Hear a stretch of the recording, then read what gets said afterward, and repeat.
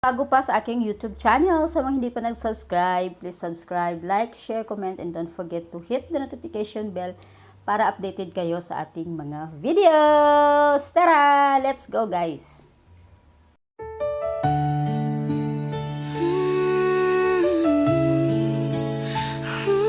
Worth to wait.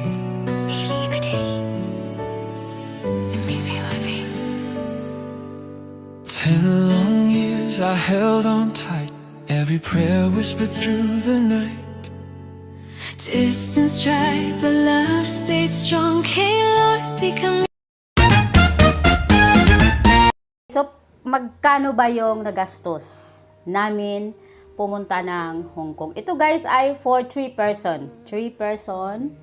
And kung kayo ay ikaw lang yung bride and groom, so maybe is more cheaper. Ayan.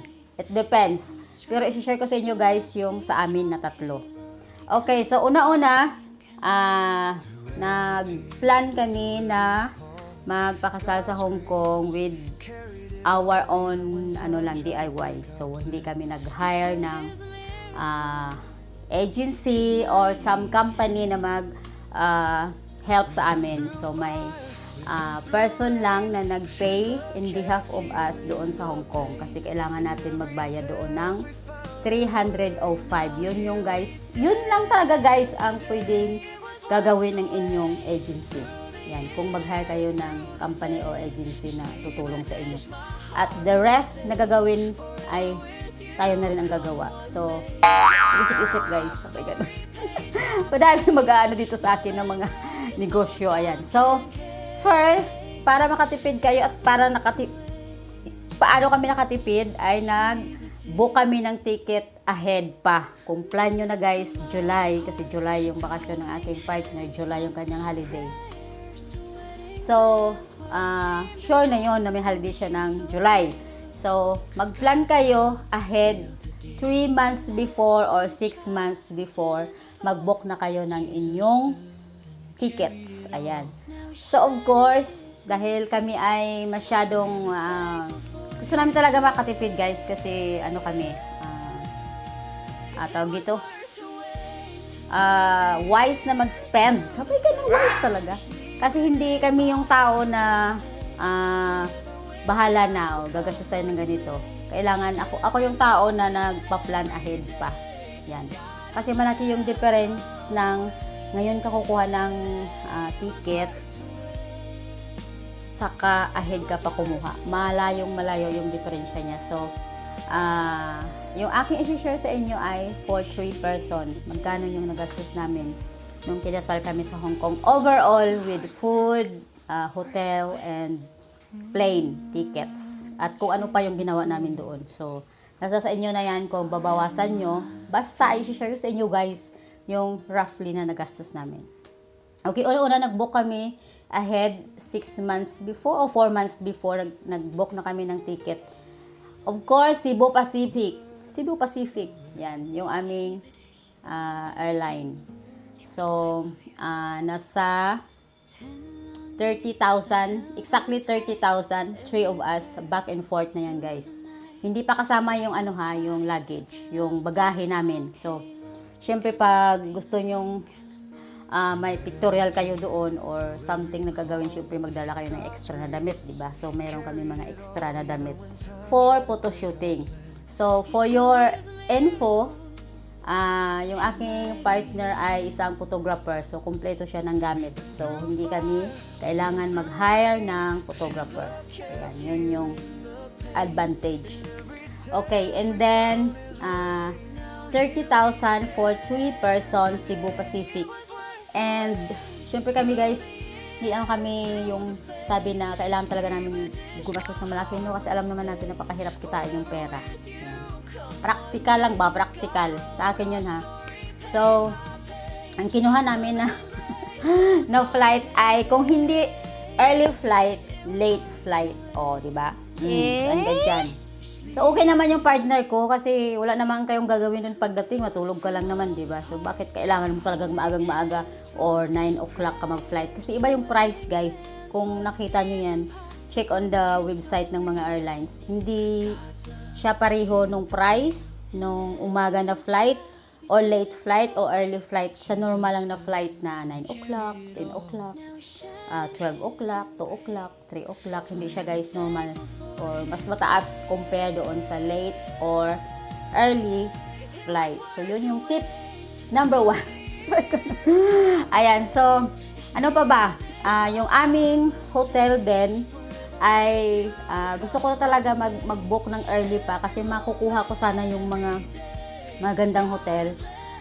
Example, hindi naman siya 5-star hotel. Tinignan ko siya kasi nung 3 months before pa. Makukuha pa namin siya ng ganyan na price lang sa 30,000, 35,000, 36,000 for 9 nights na yan ha. 9 nights. So parang cheap na yun sa ganyang hotel. Example, yung hotel na, ano ba yun?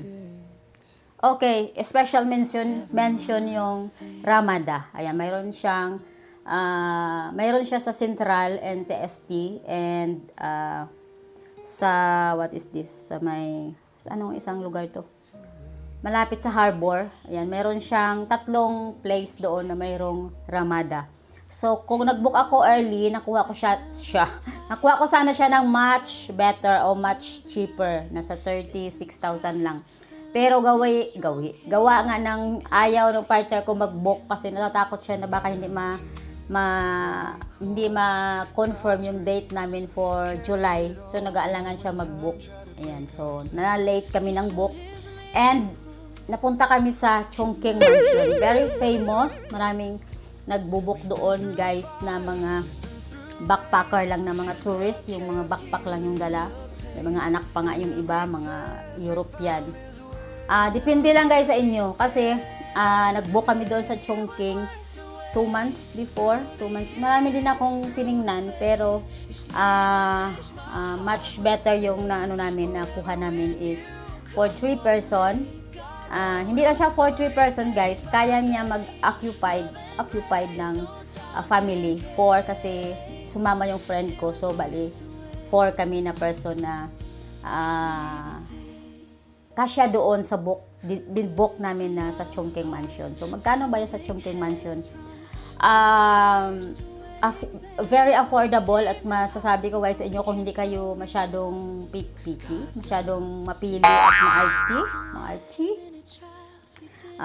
Recommend ko sa inyo yung Chongqing Mansion. Ayan. So, wag lang kayo magpili ng yung doon sa dulo. Sa ano lang kayo sa C ba? O C lang yung dito lang sa bungad kasi mas maganda compare doon sa iba. Dati kasi na-try na namin sa E or B. Yan, masyadong crowded doon. So, dito lang kayo guys sa bungad lang. Bungad lang kayo. So, hahanapin ko yung pangalan ng hotel na yon. So, for 9 nights ay ang na-pay ko lang o nabayad lang namin ay 36,000. And good thing guys, ay 2 room na yung binigay sa amin. 2 room imagine 2 room.